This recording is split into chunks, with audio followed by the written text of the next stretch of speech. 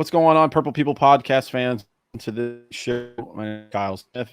It is Tuesday, October 19th, 2021, and this is episode 451 of the show, Osborn To Run. I wanted to shout that out at the beginning. I went to this game, but I don't know. I was feeling Bruce Springsteen this weekend.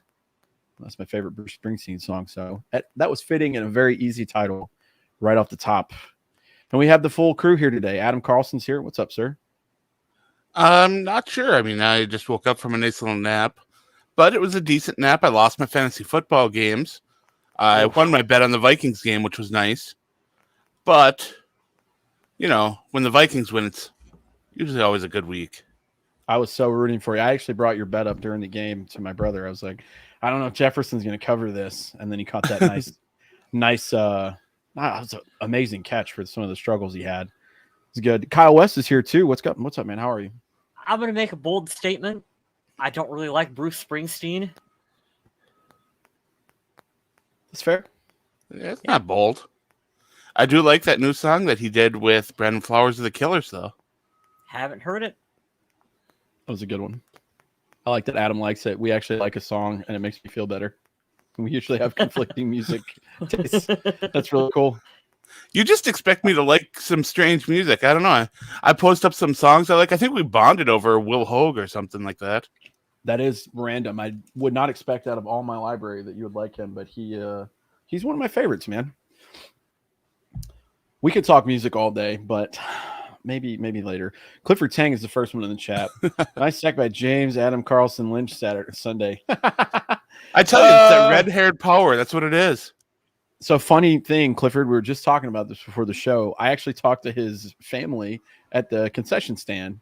They wanted nothing to do with my conversation, but I spotted 3 Lynch jerseys, and I was like, I'm going to force words into their ears. But they exchanged some hellos. I thought that was really cool. They were all the way down here in Charlotte, so that was pretty sweet. I was at the game. Yeah, the podcast continues undefeated to being live at Vikings games. It's pretty cool. What are we now, 13-0? Yeah. I think that's what we said in the chat. I'm 2-0 at Bank of America, and whatever Houston is from last year. I think Kyle's you're just 1-0, right? You've only been to one Vikings game? 1-0. Nice. I'm handling the bulk of this one. I'm at 10. So yeah, 13. We just need to go to the rest of the home games. I'll be catching up with you. I don't know if the streak's going to stay alone. I know. Oh. Well, I'll be at the one in week 18. LA win next month, but I don't know if that streak's going to continue undefeated. But we're going to have more games under my belt this year, which I'm very excited about. How? And then we'll not include you anymore and just count mine. There you go. Week 18 sounds so weird. Somehow. It really does. Yeah. It does. But yeah, in the chat here, we're talking about those emotional roller coaster games. And I got to say, the Vikings play up to their best competition. They play down to their worst opponents. And I'm waiting for them to establish that identity of their own. Just come out and play their own game of football at their own pace. Mike Zimmer, in a press meeting today, he said he wants to start putting his boot on the throats of his enemies a little bit more. And honestly, I've been waiting for this for a while, and I want to see if he actually does it, because once they get a little bit of a lead, once they go 2 scores up, they do soften up. They do get more conservative. And that is not how a lot of NFL head coaches play. I mean, I'm sure you've all seen games with teams that just absolutely pour points on and show no mercy. And those games, those teams are making a statement. The Vikings need to start making a statement. They keep squeaking by. You're not making a statement. Well, as it sits right now, the Vikings sit in the 7th playoff spot in the NFC. All 3 of their wins are from NFC opponents, so that's really cool. They've lost to 2 out of 3 AFC opponents, which helps. And the only NFC loss is, of course, against the number 1 team in the entire league. So they're sitting decently right now, but I think the goal here is to try to win your division, first and foremost, going forward. But to your point, Adam, it's really weird because a weird stat came out this weekend that I wouldn't have expected at all, because it doesn't feel that flashy to me. It feels improved from last year, but the Vikings are number 1 in sacks in the NFL right now, which is a quick turnaround from like almost dead last of last year. But yeah, tied for first. What a difference that makes. Yeah, and to your point, it's really weird that we can't trust the defense a little more. Secondary's a little suspect at times. Linebackers, some of them play good, some of them don't. But that front four is pretty good. And that's not just Daniil Hunter and Everson Griffin. We wanted to show Armon Watts some love because we found out this weekend at his position. So far, he's ranked 6th according to Pro Football Focus. Now, that might be a little skewed. Those can be up or down either way. But, hey, shout out to Armon Watts. A lot of Vikings fans were upset when Armon Watts was set to fill in for the big nose tackle. And I understand that. He's not a flashy name. He's not one that a lot of people are really rooting for. And Delvin Tomlinson, they went out and paid the big money for, and he's a big guy. They could have slid him over and put Sheldon Richardson in. But they know what they're doing. They know what they've got in Armon Watts. He may not be the flashy name, but he goes in and he does what needs to be done. And passing the eye test is tough for him because the Vikings have allowed quite a few yards on the ground. And honestly, that kind of continued a little bit last week. But, I mean, you got to appreciate what these big guys are doing in the middle. Even if they are giving up some yardage, they're not giving up big plays by having the secondary come up and making some tackles and keeping them out of the end zone for the most part. I think one of the most crushing things about this game on Sunday was the fact that the Vikings gave up 7 points without the defense even doing anything. Yeah, I was there. It was really weird. Felt like the Vikings, and if you look on the stat sheet, time of possession, yards, this is the 3rd most yards in a game from the Vikings ever. 571. It was ridiculous. But to your point earlier, like we've been saying, they play down or up depending on who they're playing, and it shouldn't have been close. Never should have went to overtime to start, but it shouldn't have been a close game. It's kind of tough. I wanted to give my game ball to the Carolina wide receivers because they were having a rough day. If you guys didn't watch or you didn't notice, here it is for receiving. Total targets, 39 attempts, 17 completions on the day. I think the stat came out with, 8 drops? Oh, it's 8 drops alone by DJ Moore. I'm looking right here. Robbie Anderson was the shock of the day. 8 drops by him as well. So, yeah, that's not how you want especially a guy in Robbie Anderson. They just paid him a lot last year, a little extension. Got to be better than that. Now, they did make some clutch plays at the end. Dantzler apologized for one of those on the internet, which I thought was really funny. The up and down season, it's been on the field. It's been up and down off the field as well on social media. Well, Dantzler knows that when he gets an opportunity, he needs to go in there. He needs to play at a super high level because even though he might not be completely in Mike Zimmer's doghouse anymore, he still has to work his way out. And this injury to Patrick Peterson that left him on the shelf for IR, and he'll miss at least 2 games. Dantzler's probably going to get that start, and he's probably going to have to play at a high level. And I think that the play he's done so far this year has given Mike Zimmer enough to say, okay, I trust him at this. I do think he's up to the challenge. Patrick Peterson he's been quietly playing pretty well for Minnesota. He has. And he's a veteran leader. You can tell that the other players respect him quite a bit. So those are some shoes for him to try to fill, but I think he's up to the task. Did you see Patrick Peterson is actually doing film study against Dallas to report back to his teammates? No, but that's really cool. He I'm is, not and surprised. he's going to be talking to them about the routes, the tendencies, and all that. And he does that before every game. And he's not a player that gets injured and misses game often. So for him not doing that, I bet would feel really strange. But then doing that and bringing it to your teammates to help break them down and get them ready for a game, that's awesome. Speaking of that, though, during that podcast with Patrick Peterson, there's a guest on there named Dalvin Cook who dropped a little bit of news that he will be returning to the number 4 jersey for next year. I like it. I like running backs with single digits. That's a good look. We all know why he didn't change this year. He would have owed a lot of money back to jersey sales. Right. We covered that a little bit before the season started, which is a smart move, but that's his college number, I believe. I don't think there's going to be any Favre controversy there because Favre's only here for 2 years, but that's cool. You know, if the players want to do it, I don't care either way. I just want to see him healthy and rushing a lot. So I'm more worried about MBT. Didn't he wear number 4? Yeah. Oh man, Dalvin, you better hit him up. If you have a guy named McLeod, you better hit him up. That's MVP right. Name right there. The last name's hyphenated. You know you're in trouble. Well, this one was tough for me. Let's give out some game balls and donkeys. It was an up and down day. There were some highs and lows in every phase of the game. I'll let you guys pick your game balls first because I don't know where I want to go with this. I'll start off and I'll give a game ball to a player that I did not expect a good game from. And although he did have a couple of missteps, Bashaud Breeland is quietly getting his confidence back and playing at a high level after starting the season so bad. And I know that a lot of fans are still not happy with him because he seems to have an attitude and he has just, I don't know, a problem with social media. We'll say that as well. I just slightly. I keep hoping and waiting for him to have those moments that starts shifting his confidence back to the point to where he can play at an extremely high level. And it feels like it's getting there. A couple more decent games, and he could be the Breeland that we're used to seeing before he arrived in Minnesota.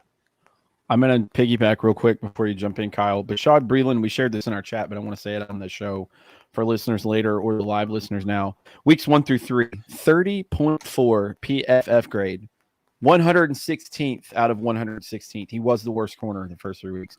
Weeks 4 through 6. Now, you want to talk about a turnaround. 5 catches, 43 yards, 0 touchdowns allowed, and 15 targets, only 1 missed tackle, 84.0, fourth out of 119. That's impressive. Yeah. I was there. You guys missed it. He had an interception on the very first play of the game. Carolina, we won the coin toss. We deferred. First play of the game. Sam Darnold's running around just absolutely rattled. He's seeing go still. He looks very nervous out there. Interception on the first play. I was pleasantly surprised. And I'm sorry for the cheap pop, but if you read my article coming into this game over on the Vikings about 3 reasons the Vikings are going to win this game, that was one of the big reasons. I like it. There's no cheap pops here. Go to thevikingedge.com and support Adam Carlson. Thank you. And I'll also land another little detail. I absolutely nailed the third down conversion percentage, the one that I noted for that in that article.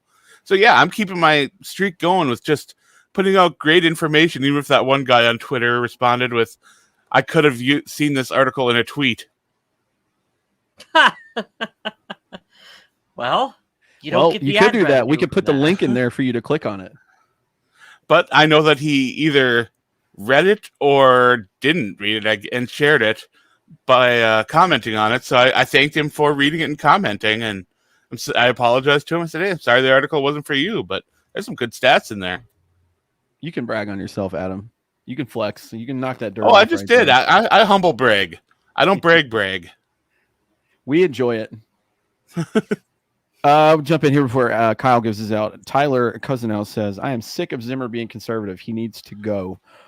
Hard pressed to say they're going to fire the coach after a win like that, but we agree. There needs to be more aggressive play calling, and he addressed it in the post game.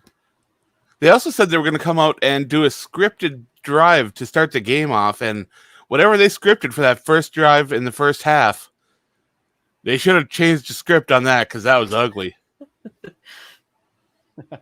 Now, the one to start the game, that was pretty nice. Yeah, I'm still trying to remember bits and pieces of that game because it started off really weird. There's field goals, and then it ends in missed field goals, and then Jefferson's not catching the ball, but Conklin's open a lot, and Thielen's on fire. It's really weird. Dalvin Cook somehow had 30 or 40 yards here, 140 yards. Didn't feel like it. So, yeah, I don't know. It was a weird game. I can tell you one thing, and I feel bad for him. I didn't think much of Sam Darnold to start, but I definitely don't think anything of him now. And his receivers absolutely screwed him. That if I'm him that day, I'm having a talk with all of them. And I don't think he had that bad of a game, to be honest. I mean, yeah, he made some bad decisions, and he turned the ball over.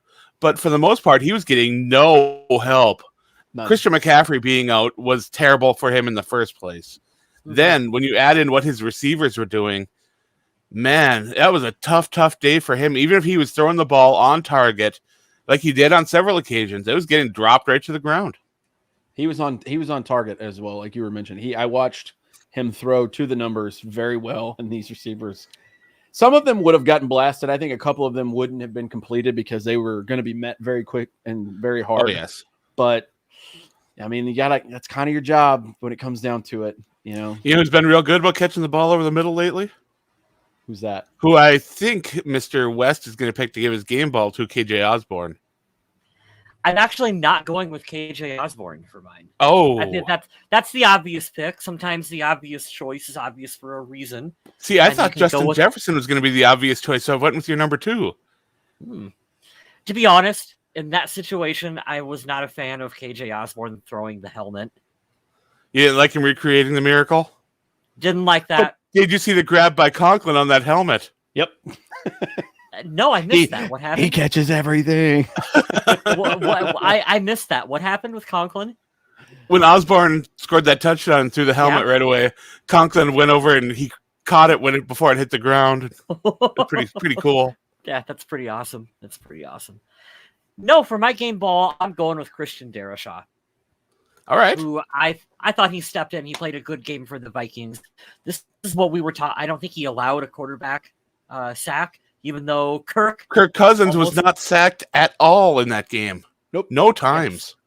Yes. He was a little shifty on the one play and bailed him out of it. But hey. And what was the number? He was only pressured 8 times the entire game. 48 dropbacks. Mm-hmm. 48 pass attempts, I should say. 48 pass attempts, only 8 pressures. That's wild. And this is what we were talking about last week, when it's like, if he was healthy enough to be in that weird rotation, he should have just started. Because Christian Darrishaw's his floor is higher than Rashad Hill's ceiling as a backup. I'm not trying to knock him, but I'm with you there. Yes, that's why Hill is a backup. And you can see this immediately where he steps in and improves that offensive line. That's why we drafted a big-time left tackle. So, hey, I'm glad he's healthy. He's got the first game jitters, even though it didn't look like he had any, out of the way. Let's just move forward and continue building that momentum with this offensive line. Because look how good Kirk Cousins looks. I agree with Tyler. I am still on the get rid of Mike Zimmer bandwagon. He's my donkey for this game because the conservative play calling direction has to be coming from him, and I hate that. We're playing games too tight, too close. This team has the ability. We see this at the end of games when we have to throw the ball, like we have to go to the air. Look at all the weapons. Look at how well Kirk Cousins plays with this talent. We can drive the ball down the field and score at will. We should be doing this the whole game. Now, while you're mentioning this, I do want to mention one thing, because Kirk Cousins has been doing a fantastic job this year in putting the Vikings in a position to win games at the end. He really You know what else he's been really good at and improved on? His pocket presence. It's the number one thing I've seen. And I do want to give a shout out to Christian Darrisaw, because he, during his press conference and everything, he was always just talking about, well, we went out there as a team and the unit played real good. And it was never a lot of I speak. He talked about how proud he was to keep Cousins up. And then when Cousins went to the podium, he was asked about how it felt for Christian Darrisaw to be there. And he said, well, he must have done a good job. And do you know what that means to me? That means that Christian Darrisaw was blocking well enough that Kirk Cousins wasn't even concerned about his blind side. Right on. I like that. And he, like I said before on the show hundreds of times, he was the number 1 ranked pass blocking left tackle in college football when the Vikings drafted him. So I understand the concern about transitioning to the NFL.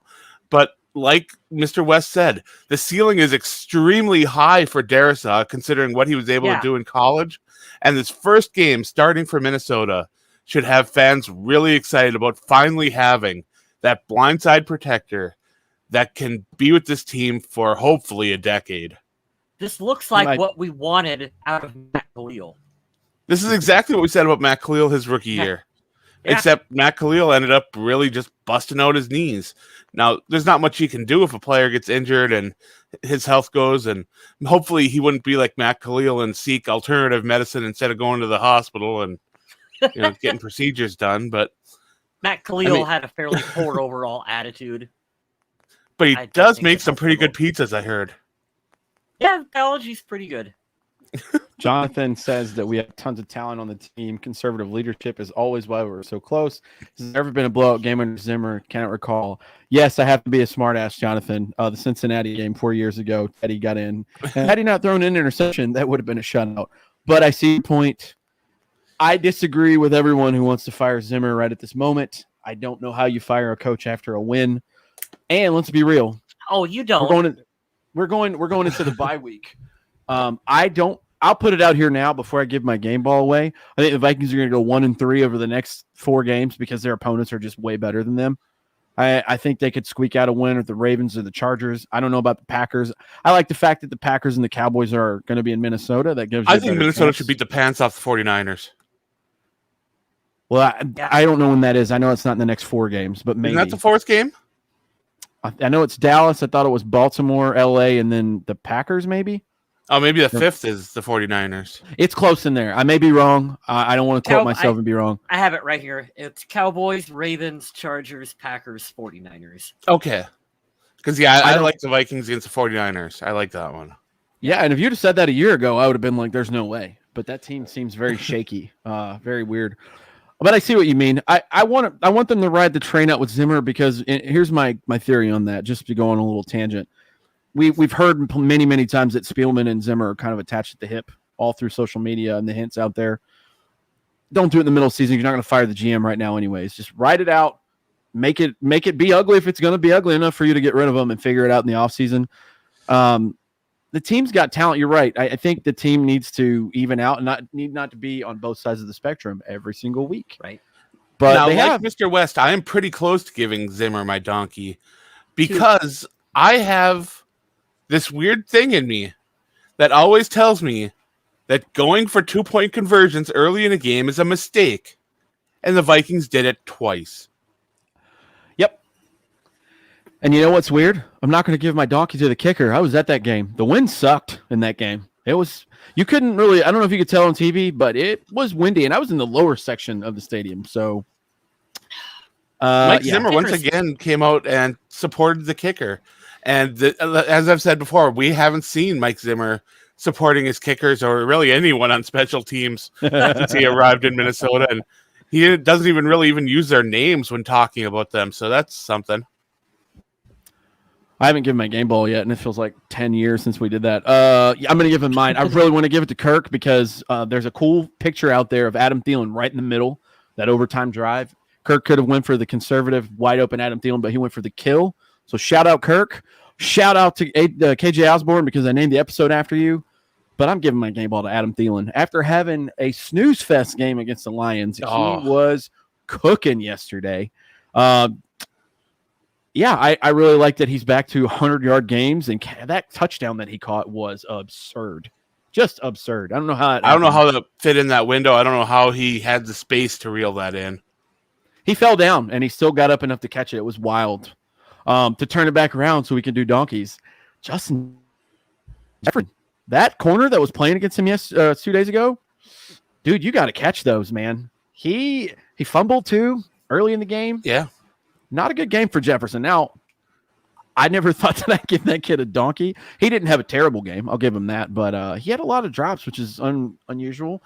And, the fumble and the turnover was not very good. Didn't like that. Well, we mentioned a lot of people that we're going to give our donkeys to, and I feel like even though they played well as a unit, something needs to happen so that something clicks for Oli Udoh because he's getting way too many penalties. Yeah, he had a rough game Sunday.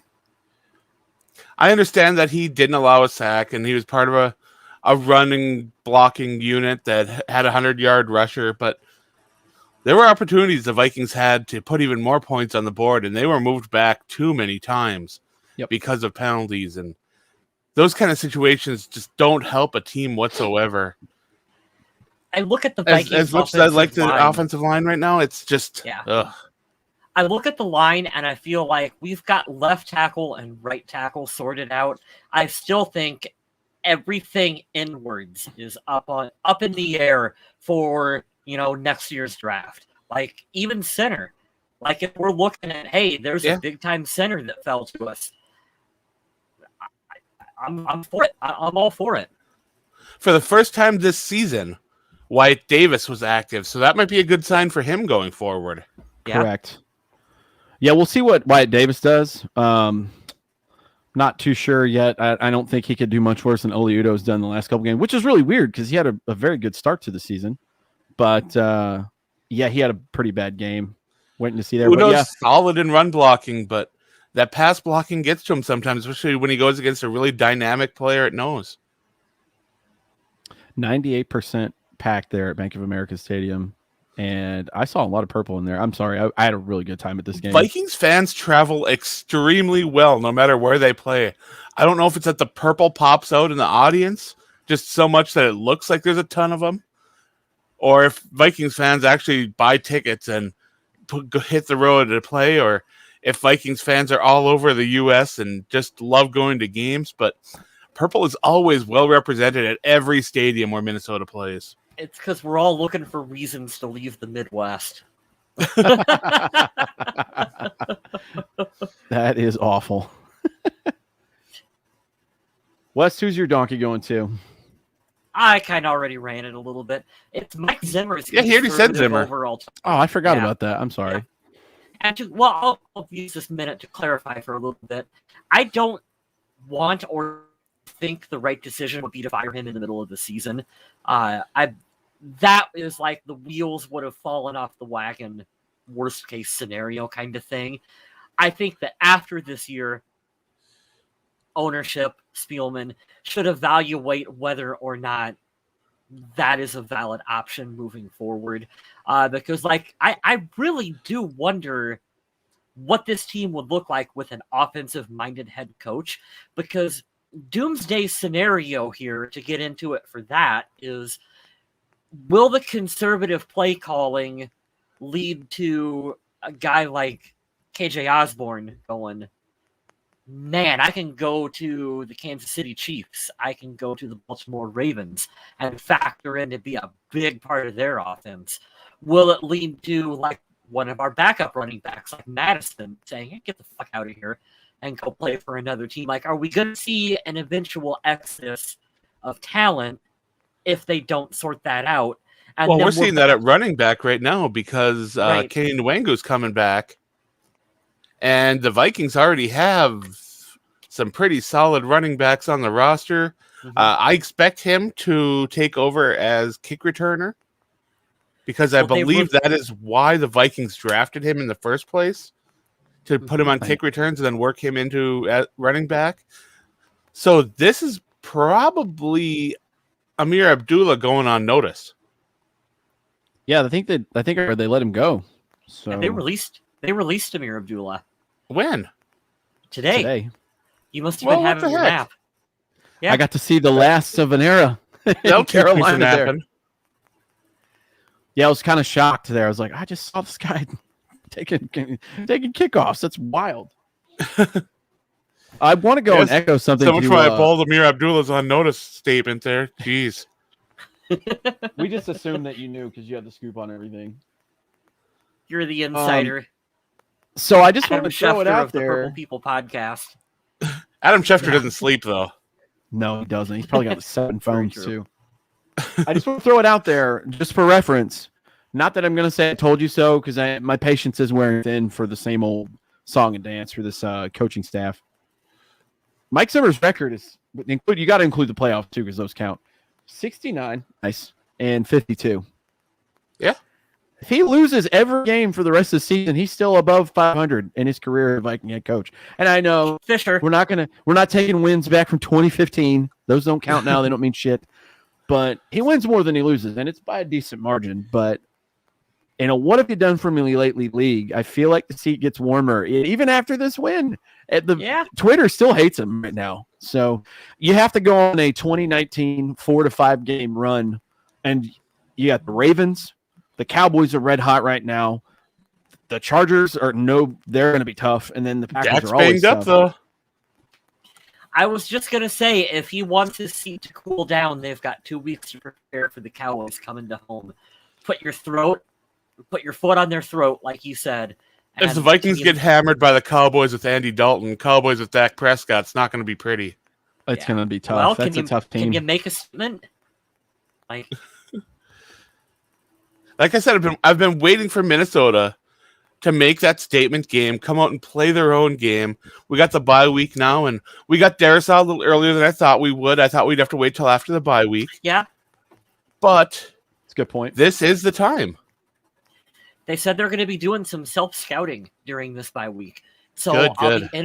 I'll be interesting to see, are they going to look at, we have so much success with 2-minute Kirk and that offense. How can we apply whatever we're doing in that situation to the rest of the game? I think is something that they should be looking at.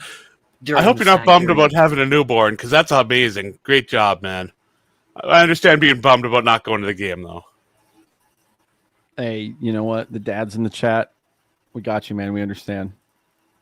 Dad duty. I've got a cat. First. I understand. No.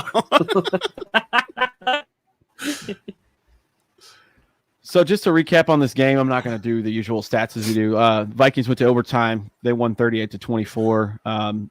If you look at the time of possession, the yards, all that stuff, the Vikings outclassed the Panthers, but they found ways in penalties and block punts for a touchdown return, missed field goals, and turnovers to let the Panthers back in time and time and time again. But what that I did driving 2-point conversion was a real kick in the pants. Yeah, those were tough too. It was a weird scoring game too. If you look at the score as it progressed, it was not a traditional 14-7 kind of thing, or 10-7 kind of game. It was really weird for the score, but all in all, I like the confidence at the end just from being there and watching and said, if we get the ball, we're definitely going to win. And they called it tails twice, which is fun if you do the little prop bets and you're superstitious. CJ Ham, by the way, he had a nice 30-yard run, and I was such an asshole to everyone around me. I was like, you let a fullback run a third of the field. Just screaming, I was so pumped for CJ Ham. But yeah, they got the ball in overtime, and they were wasting no effort to go out and just end the game, which I liked. But it shouldn't have gotten to that point. But hey, they're at the bye week now, and they're 3-3. 3 out of the last 4 games they've won, and maybe they'll find their rhythm. If they come out of this next stretch 2-2 or somehow 3-1, color me surprised. But I like the way they're trending right now, if that makes sense. Yeah, quick shout out for Jonathan's 6-week early premature there. Happy, healthy little girl, and that is absolutely amazing. Congrats, Jonathan. Hey, we're happy for you, man. I hope a future Vikings fan, but sometimes people get led astray, so you never know.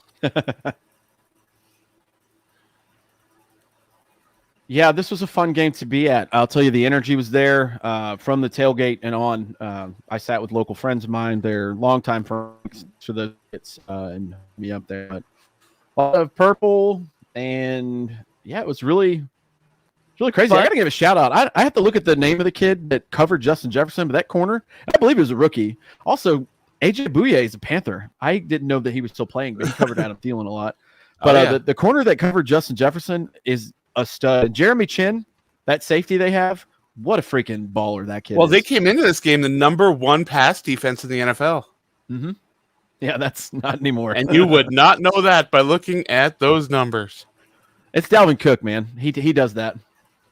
But I do have to ask you guys a question because do you feel the same way about this game as you did about the Lions game, where the Vikings should have won this game and they should have been winning more convincingly? Not based on their play. They should have beat the shit out of the Lions. This game, I actually thought they were going to lose because the defense was scary on paper going in. But based on the play and all the events that transpired, the turnovers, and Sam Darnold's receivers dropping every other pass, I felt like they should have pulled out of this game with maybe a 31-20-ish, 31-17 kind of vibe. But I had no doubt. I was more worried about the Lions game because they should have beat the crap out of Lions have not won a game yet, and they're pretty bad. Plus, they were really beat up, right?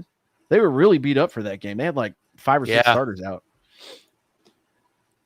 That's I had to ask though, because this depleted. Well, I won't say depleted, but they were missing a couple of their star players there in Carolina, and Minnesota could have came into that game and done a lot more damage if they were more aggressive. But instead, like I said, we've seen this Vikings team that's just so comfortable playing with the lead and letting people back in, and I still hate when this right before halftime not trying to push the ball down the field. That still bothers me, and that's something that this Vikings team never does, but needs to start doing, because Kirk Cousins can command a quick 2-minute drill. He really can. He can get them in field goal range and kick that field goal, and guess what? Kick extra points early in the game. You don't need to go for 2 just because you'd make it 3 instead of 2 in the third quarter. It's too early for that bullshit. It's funny how we criticize Mike Zimmer for being too conservative, and then when he gets aggressive, he somehow finds ways to do it at like the worst possible time. Right. I mean, yeah. I hear you. Yeah. Touché. He does it the way that gets under my skin, by doing the complete opposite of what I expect him to do. Yeah, he's in a tough spot right now. The only way to ease that pressure is to win some games, and they are, minus that terrible Cleveland game. They're in the right direction, but I'll tell you one thing: I haven't seen a game this year to make everybody feel good. I haven't seen a game this year where we were just outclassed. There have been very, very close games throughout, so that's a positive. We just weren't on the winning end of a couple of those, but yeah, none of the 3 Vikings losses were crushing losses in the way that you looked at the team and thought, wow, they are garbage. They were all competitive games that went down to the wire. Right. The Arizona loss feels kind of okay, especially when you look at how good Arizona is. They are putting teams away. Right, and the Vikings played that game really tight and really close. It's more frustrating looking at a couple of the other games that they've played, because they're ones that they should have won, or should have won by larger margins than what they did. Now, we do have to mention that one of the big things from this game was Patrick Peterson reportedly leaving the game.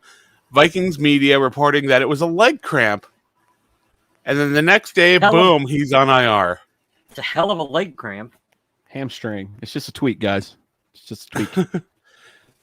Now, he does forced to miss 3 weeks because of that, which means the next 2 games, because of the bye, Minnesota will be without Patrick Peterson. And we did state earlier that Cameron Dantzler will likely get the start in his place. So this is going to be a little weird without a big veteran presence to kind of stave off corners or quarterbacks from throwing the ball that way. So maybe Breland won't get just absolutely targeted in a week because they don't want to throw the ball at Peterson anymore. Well, it's going to suck because the bye week doesn't count, is what I'm hearing. So that means he's not going to be back until the 49er game, which really sucks, or the Packers game, rather, which really sucks because the bye, I feel like, should count, but it's also a blessing because it gives him an extra week to chill. But, yeah, he's not going to be there for Dallas, Baltimore, or the Chargers game, which is a bummer because he's been quiet. He's been Terrence Newman this year, and it's been wonderful. Also, what you guys were talking about with the Cardinals, I'm mad again. You know what? Fire Zimmer and everybody. I'm pissed off. You know what? I just remember they got Zach Ertz for a bag of chips. What the fuck, Minnesota? And then I don't care. The cap is a myth. We got Chris Herndon. That's he scored a touchdown. You got to see Chris Herndon's first touchdown as a Viking. Trash. Last week he had more penalties than he had yards. I can't take it. You know what I'm really mad about, though? The Panthers got Stephon Gilmore, and guess what? He would have been better than Breland any day of the week. And if Peterson goes down, you still have him on the other side. And they got him for a 6th-round pick. The cap, it was a myth, right? It's monopoly money. It's not real. Figure it out. We need this. I wish this regime was a little more aggressive for stuff like that, because the Patriots they're known for this stuff. Hey, you'll get a good 2 years out of this guy. We're just going to get rid of him early. Well, shit, we could use a corner right now. The Vikings were pretty aggressive this year with 1-year contracts to players, and I know. got Delvin Tomlinson and Patrick Peterson, and but that's not. None of them were the defensive player of the year recently. See what I mean? For a sixth round pick. Come on. I know. But the Vikings did shift that fourth out for Herndon. He keeps 40 of those stashed away in his car every year. But a sixth round pick could be anything. It could be Willie Beavers. You're right. Who was that other tackle we got in like the fourth round not too long ago? Everybody hated. Didn't he go to the Redskins? You have to narrow it down. He was pretty freaking bad too. Yeah. Hey, here's a question for you guys. Let's assume Christian McCaffrey was healthy for this game. How much does that shift in favor of Carolina? Well, the Vikings tackling hasn't been fantastic lately.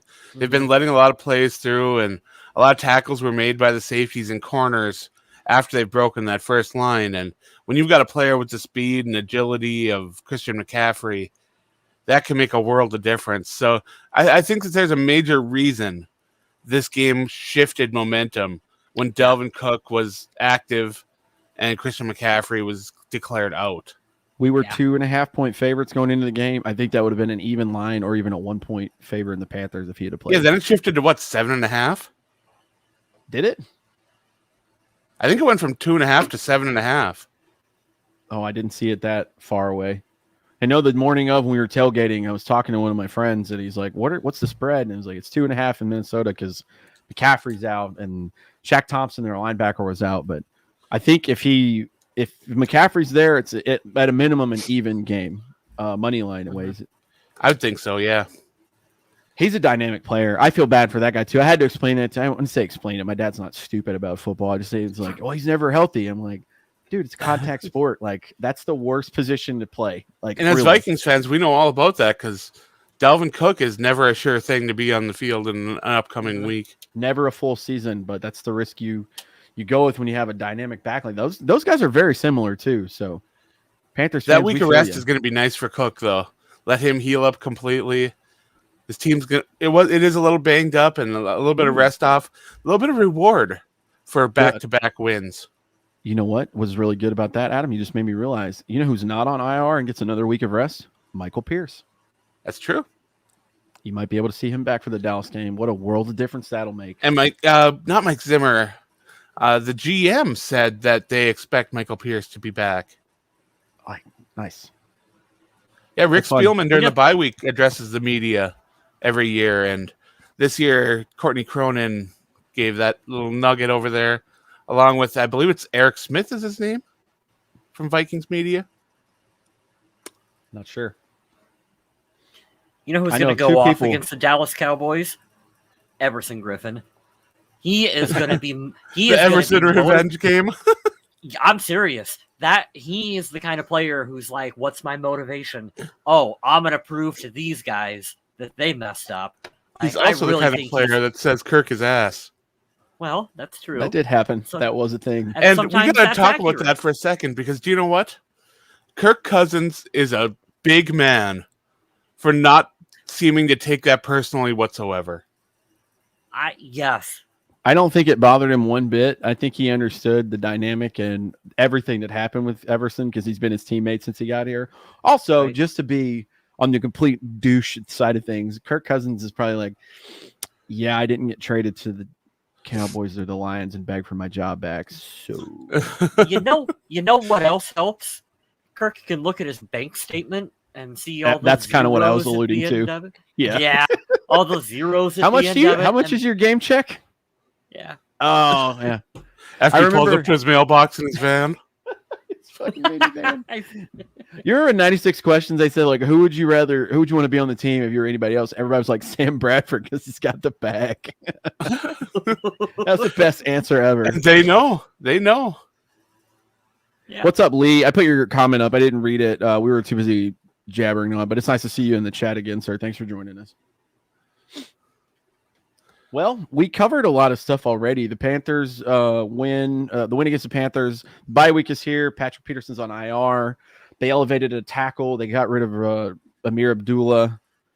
Yeah, it's going to be a rest week. I'm not really sure what the game to watch this week is. I would like to say in NFC North news, We have slowly, I don't know about Adam, but I know Kyle and I have slowly came in and said, look, we're not going to say we hate him anymore.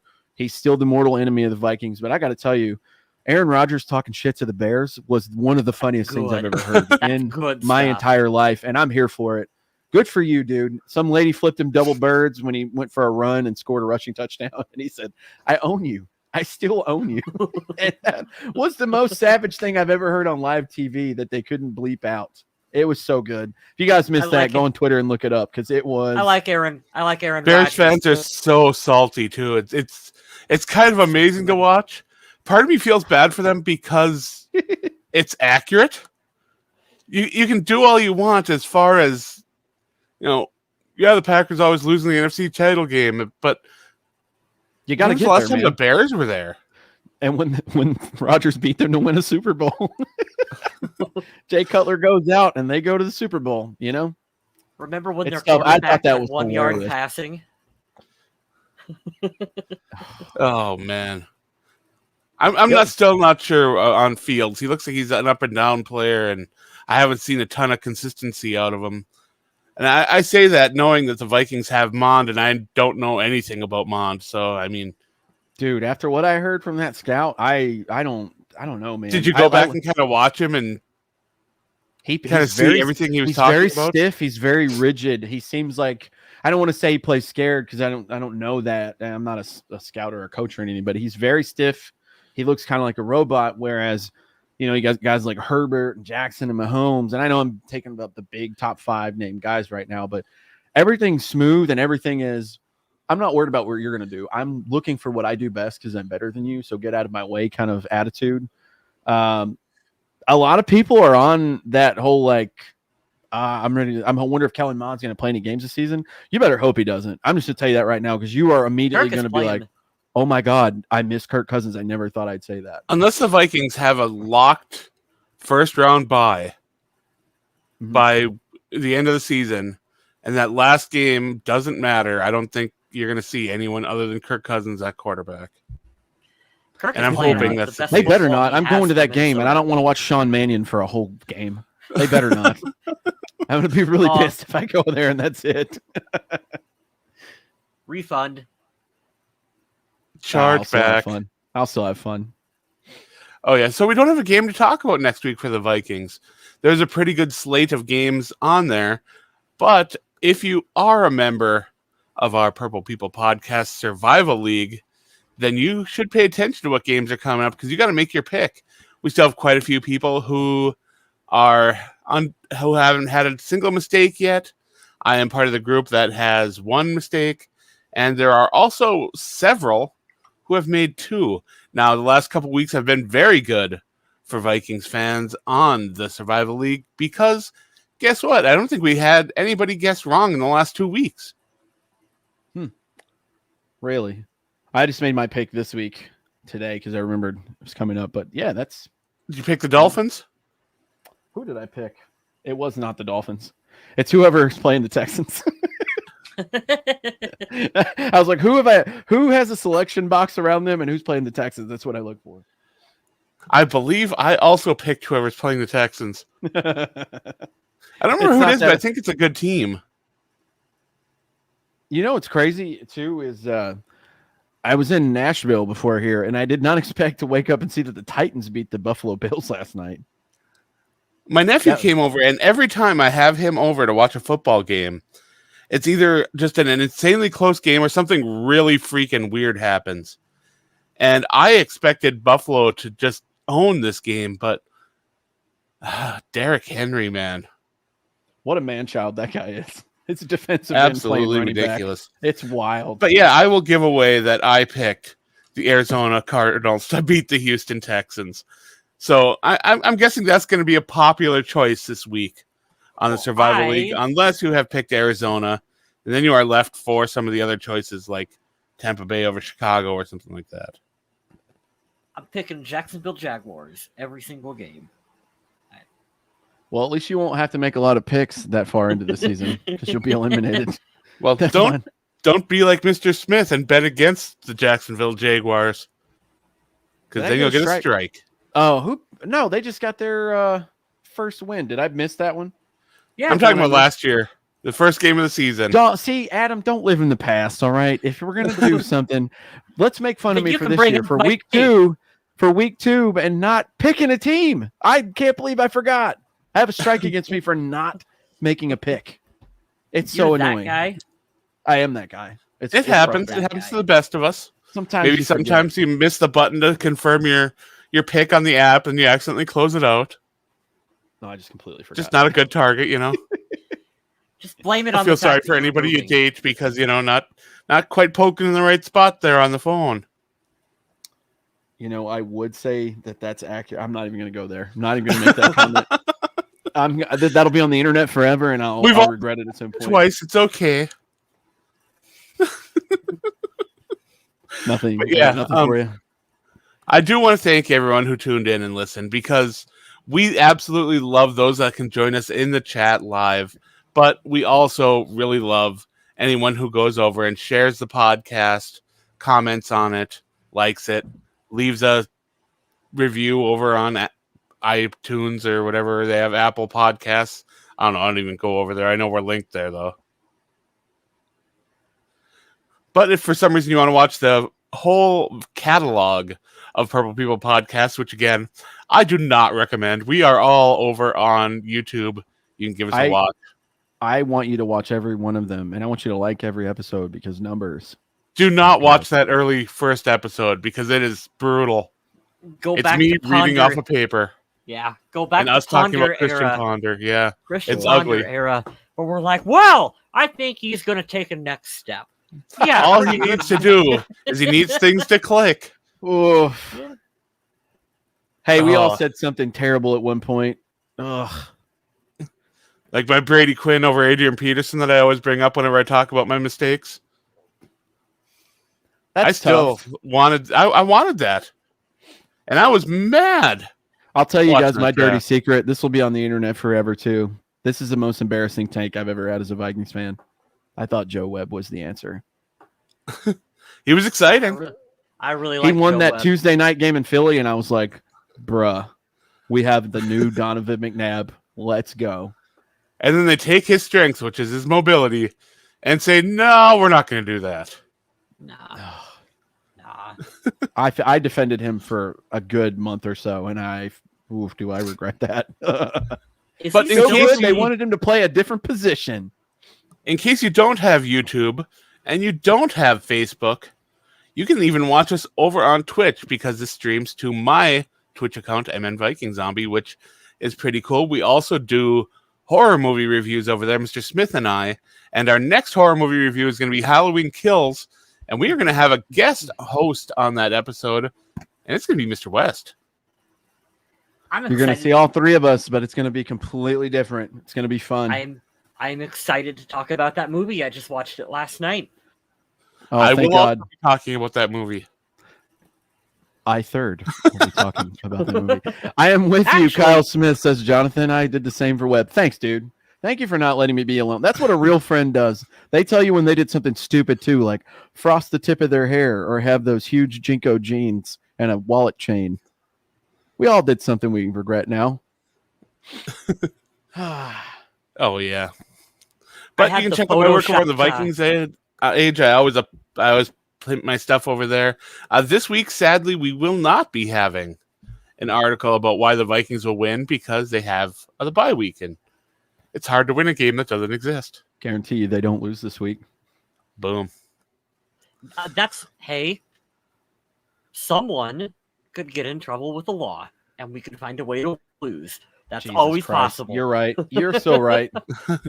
You're so right. So don't You can check out my work over on Undead Walking. We got some zombie stuff going on over there. I haven't written over there in a while, but I do have to get an article out by the end of the month. So guess what? You're going to see something over there soon. I don't know what it's going to be, but it will be something. I also hope to play some video games over on my Twitch channel. Get some nice, cool stuff going with some of those Jackbox games. New Jackbox Party Pack came out, and it would be fun to get some games in on there. So hopefully I can round up some folks. And if you can go over there and give a follow, you'll be notified every time we go live to have a Purple People podcast, a horror movie review, or to play some games. And it'd be nice to see you over there. Bam. you should also check out my photography work using the link below on the screen. I legitimately actually have some new photos that I am going to add because I saw you had a picture of some corn. Yes. I got some cool fall-themed photos from Pumpkin Patch Apple Orchard that I went to over the weekend. That was a lot of fun. Yeah. So I actually have some cool photos that I will be adding up here shortly. You can also check out Purple People podcast merchandise and a whole bunch of other things that I have available. So let's end this episode talking about something kind of fun. We've learned as Vikings fans that there is a weird discussion going on the field during practices and in the locker room that Kirk Cousins and Harrison Smith are slowly trickling movies into Tyler Conklin and having him watch these movies. Yes. That he may have missed along the way. And a lot of them are Nicolas Cage movies. So good. Oh. Con Air. Of course, he hits up Con Air, National Treasure, but these slow, subtle hints, these have been great. Adam, I'm so glad you brought this up because I completely forgot about this. And if you don't like Kirk on the field, you have to at least appreciate him off the field. What a savant and a good human this guy is. Yeah, apparently the last movie they had him watch was Guarding Tess, which is a little bit of a deep cut. But there are also some other movies that Conklin has never seen that they are going to have him watch. And they named off a list of a few that he hasn't seen and how they are going to be talking about those in the locker room. And I think that kind of togetherness in the locker room is just fantastic. And to see them all getting involved is just so cool. He talked about how with him being older and Harrison Smith being older, a lot of these young guys just don't really understand a lot of what happened from those action movies in the past. And apparently Tyler Conklin hasn't seen Air Force One. Oh, wow. Which I think is, pretty essential watching for anyone my age anyway. It's weird to think Harrison Smith having hobbies other than football. He seems so right. Like he seems so focused on it that like him sitting down watching National Treasure, that just seems really weird to me. But that's cool. But then you have the players that you can totally picture, like when I learned that Everson Griffin's favorite movie is Boss Baby. I can picture that. Yes, right. None of us were surprised. No, not shocking whatsoever.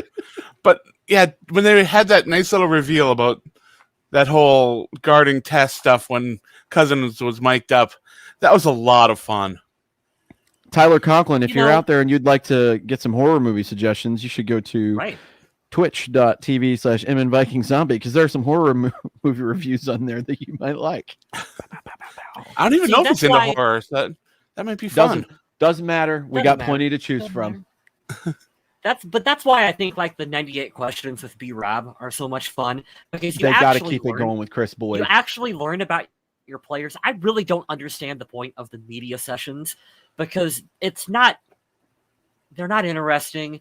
The questions and answers are all just generic football speak.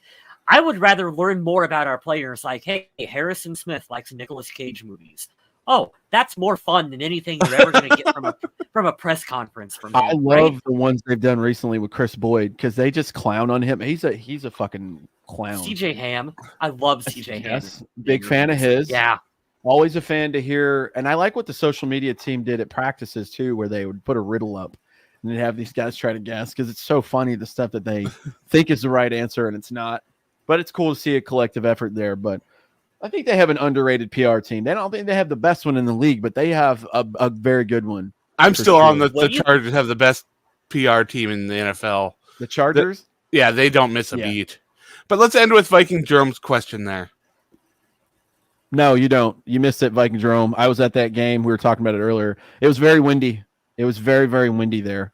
If you read up in the comments, if you can find them, Mike Zimmer is still in the hot seat, according to our fans here. And so Fire Breather said he was at a job interview. For those of you listening and not watching, the question was, do we need a new kicker or what the heck? Mm-hmm. Washington football team. Do we need a new kicker or Washington? Or Washington team didn't football? Washington just hire that Blewett guy? His name's Blewett. Yeah, his last name's Blewett. That's like that That's quarterback karma whose last name. It's karma telling you it's not going to work, dude. David Fales, remember him? I do remember David you don't want and he you did. don't want a quarterback with Fales. You don't want a kicker with the name Blewett. How ironic. That's like we could do this. We should get that going on the page. We won't do it in the comments here because we're about to end the show. But names in football that would never work: a wide receiver with the last name Dropham. Just something crazy, stupid like that. That would be a fun little thing to do. I'll bow my head a little bit. I signed up for TikTok. I'm sorry, guys, but there was a really funny clip on there where they had this local government and they were reading off names on this list. Oh my God. And one of them was so good. It was Wayne Kerr. They had a list of spoof names for people to come up to the podium, and it were all, like. Oh, you've seen it too? Okay. So there's a three-piecer that we used to do in middle school that I thought I literally couldn't hold back tears from laughing. I used to think it was the funniest in the world. Hugh, G as in golf, period, for the middle name and last name Rection. And it's stupid shit like that. But yeah, they had a whole list, like 5 or 6 names down, people to come up and speak, and none of them were there, just so they would repeat the name 3 or 4 times. I had never heard Wayne Kerr before. That was a new one by me. You know who I really want to see make it in the NFL, like have a successful college career? That kid, that wide receiver, that DeColdest Crawford, because his first name is DeColdest. Like, come on, this kid has to make it. Yeah, that is pretty great. Yeah. Well, we kind of drifted off a little bit here into some strange territory, but I will once again thank everyone for listening. Thanks again for joining me, Kyles, because we really, really enjoy when we have all 3 of us together, and hopefully we can get together soon to talk about some horror movies because I do like that. Once again, thank you to everyone. You can check us out wherever podcasts are found. And if you don't find us there, try another place because we might be at that one. Just call us on the phone if you really want to. Send us a fax. We'll take care of you. And on that note, stay classy, Minnesota. Richard Nicholas Balls.